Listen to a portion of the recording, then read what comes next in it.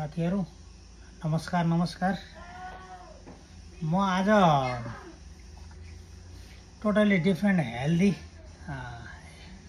खानेकुराको बारेमा भनिरहेको छु, कुरा गरिरहेको छु है। ठ्याक्क बाहिर चाहिँ स्क्वायरल पनि आयो खानेकुरा गर्दाखेरि। खानेकुराको कुरामा के भन्दाखेरि यो जो मान्छे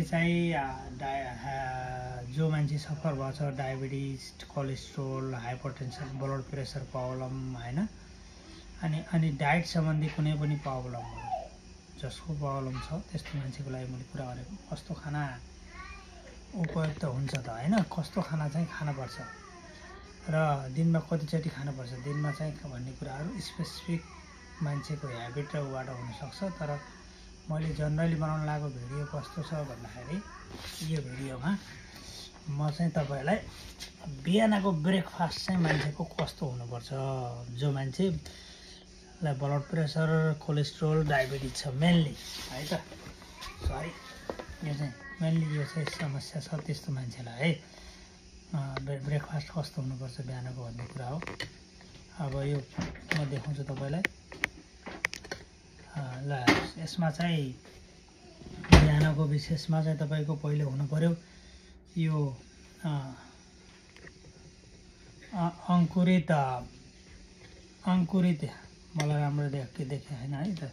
यो अंकुरित चाहिँ यो मुङ हुनु पर्यो, मुङ दाल, यो अंकुरित मुङ दाल हुनु पर्यो। त्यसपछि गएर अरु तपाईका जे छ एभाइलेबल त्यही हाल्न सक्नुहुन्छ। गाउँघरमा सबै कुरा एभाइलेबल हुँदैन।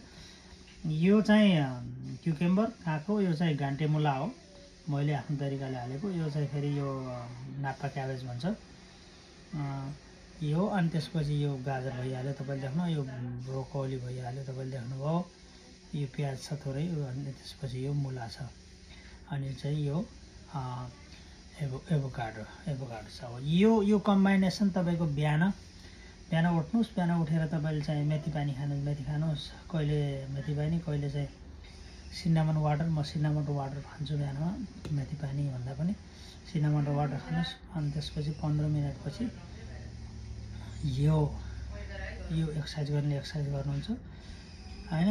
त्यसपछि यो चाहिँ मिलाएर, यसरी मिलाएर तपाईले त्यसमा कम्बाइन गरेर अनि त्यसमा चाहिँ फ्लेक्स हाल्नुस्। फ्लेक्स भनेको आलस हाल्नुस्। आलस एकदम यसमा ओमेगाहरू पाइन्छ, अनि आलस हालेर यसलाई चाहिँ आलस हाल्नुस्। अनि त्यसमा तपाईले चाहिँ अलिकति ओलिभ ओइल प्योर है, एक्स्ट्रा भर्जिन ओलिभ ओइल हाल्नुस् है, प्योर चाहिँ होला, राम्रो। नेपालमा पाइने धेरै कुराहरू नक्कली छन्, त्यो ओलिभ ओइल नक्कली छ भन्छन्।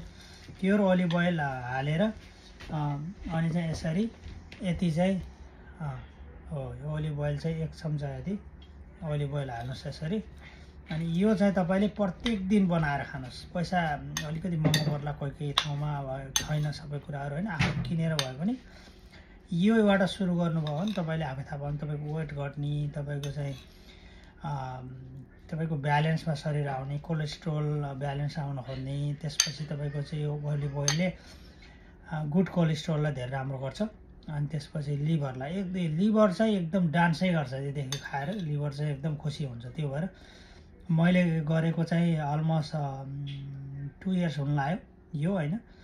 मलाई चाहिँ केही कुराहरू देखिन सुरु गरेको थिएँ, तर all thing came down within 2-3 months. So तपाईले पनि सुरु गर्न सक्नुहुन्छ। अरू कुराहरूको चाहिँ म फेरि बनाउँछु, ब्रेकफास्ट मात्रै कुरा गरेँ मैले। यो चाहिँ पहिलो ब्रेकफास्टको पहिलो यो हो। यसपछि तपाईले एउटा रोटी, कसैले रोटी खाने, कसैले अरू चिज खाने गर्नुहुन्छ, त्यो चाहिँ खाने यो खाएको 15 मिनेटपछि है त। ल साथीहरू, म यो जस्ट इन्फर्मेसन हेल्दी कुराहरू गर्नको लागि, म एउटा हेल्थ वर्कर पनि हो, त्यस कारणले गर्दाखेरि यो चाहिँ यसले चाहिँ शरीरलाई धेरै राम्रो काम गर्छ। तपाईको बिहानदेखि राम्रो हुन्छ, तपाईको चाहिँ यसको चाहिँ डाइजेसन राम्रो हुन्छ। यसले गर्दा लिभरमा भएको चाहिँ फ्याटी एसिडहरूलाई एकदम गर्न सहयोग गर्छ हैन। अब यही फ्याटी एसिडले गर्दा तपाईको चाहिँ कोलेस्ट्रोल हुन्छ, कोलेस्ट्रोल घट्छ, अनि चाहिँ राम्रो कोलेस्ट्रोल बढ्छ, नराम्रो कोलेस्ट्रोल घट्छ।